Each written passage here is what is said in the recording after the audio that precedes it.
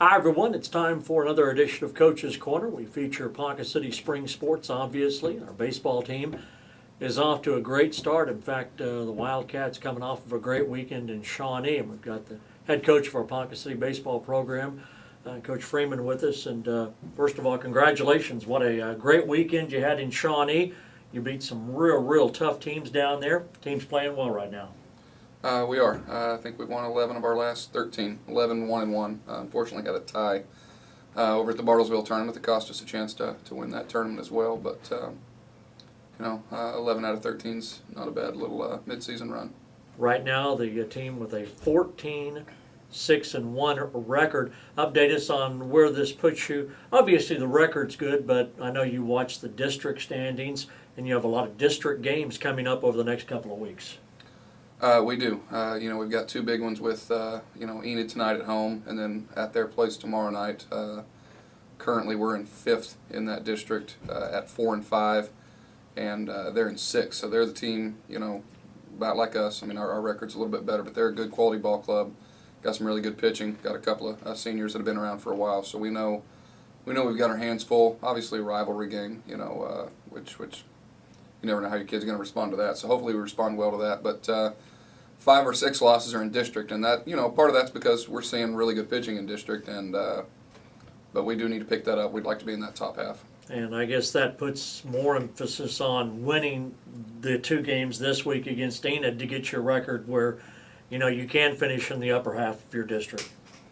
It does. 1, you want to win every game. 2. A little extra just because it's Enid. We certainly don't get along with one another, which is fun. That's what sports are about, rivalries. So, and then most importantly, the district thing, like we've talked about. You expressed a lot of concern over your pitching staff, and you said that was going to be one of the areas that you had some concern with, at least going into the season. We know that Evans, your senior pitcher, has certainly had a great season so far. Mm-hmm. Along with Evans, though, who else has really obviously been as good or better than advertised?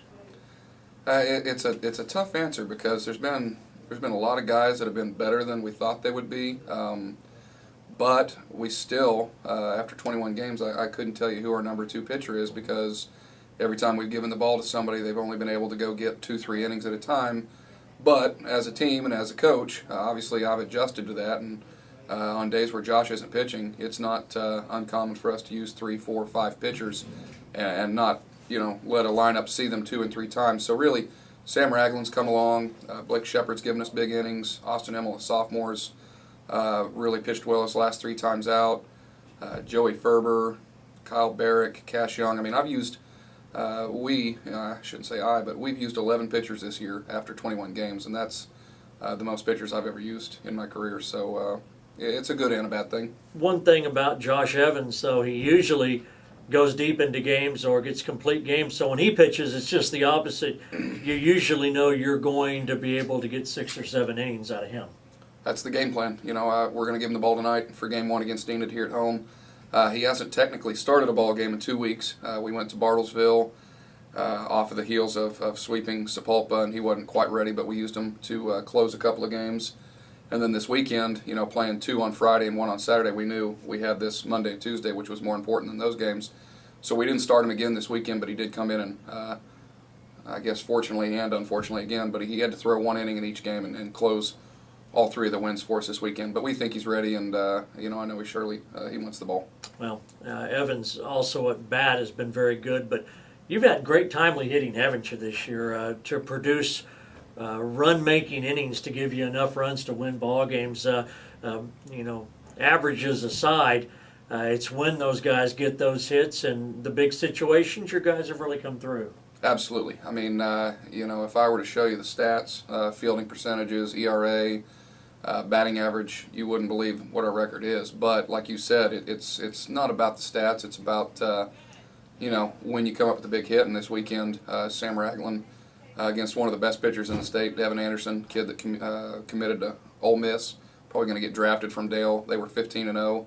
We're in the top of the 7th, down 3-2, and Sam hits a bases clearing triple to make it 5-3. And Joey Ferber had a big game-winning hit the next day. So Chase Kurtz, a sophomore, has been leading off and hitting well. Getting Skylar Edens back in there at the 2 holes has certainly helped.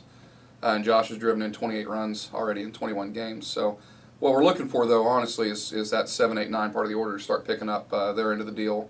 And I really feel like if we can get a little bit more length and a little bit more balance in the lineup, that we could be a pretty good ball club. As you come down now to the middle of April and these games that are obviously so important, what are the things that this team has to do to continue to improve? You're 14-6. You mentioned pitching, bottom of the order. What are some of the things, a pecking list, that you'd like to see for your team to do to be able to continue to play well and good baseball?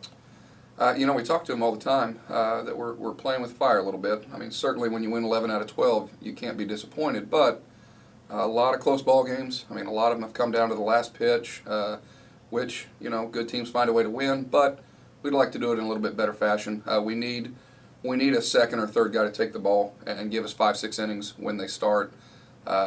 Team batting average has got to improve. We've got to start squaring more balls up and having better at-bats.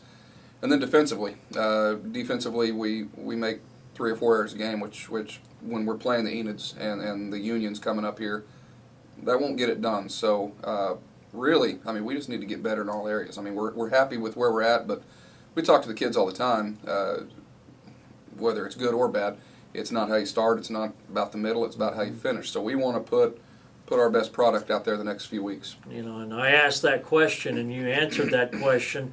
If we'd go back 5 weeks and I would have said after 20 games you'd have 14 wins, your eyes just got real big. You'd have taken that, wouldn't you? Absolutely, yeah. Absolutely. It's the kids. I tell you what, all the credit goes to the kids and my assistant coaches, putting them in the right situations, and great group of seniors. I don't know how many times we've been down 4, 5, 6 runs in the first 3 innings, and battled back and won games, and that goes back to their character and to not rolling over, not quitting on us, and it's been a really fun group, and hopefully we can continue the run that we're on. Coach, congratulations. Thanks for your time. Jared Freeman, our baseball coach on Coach's Corner.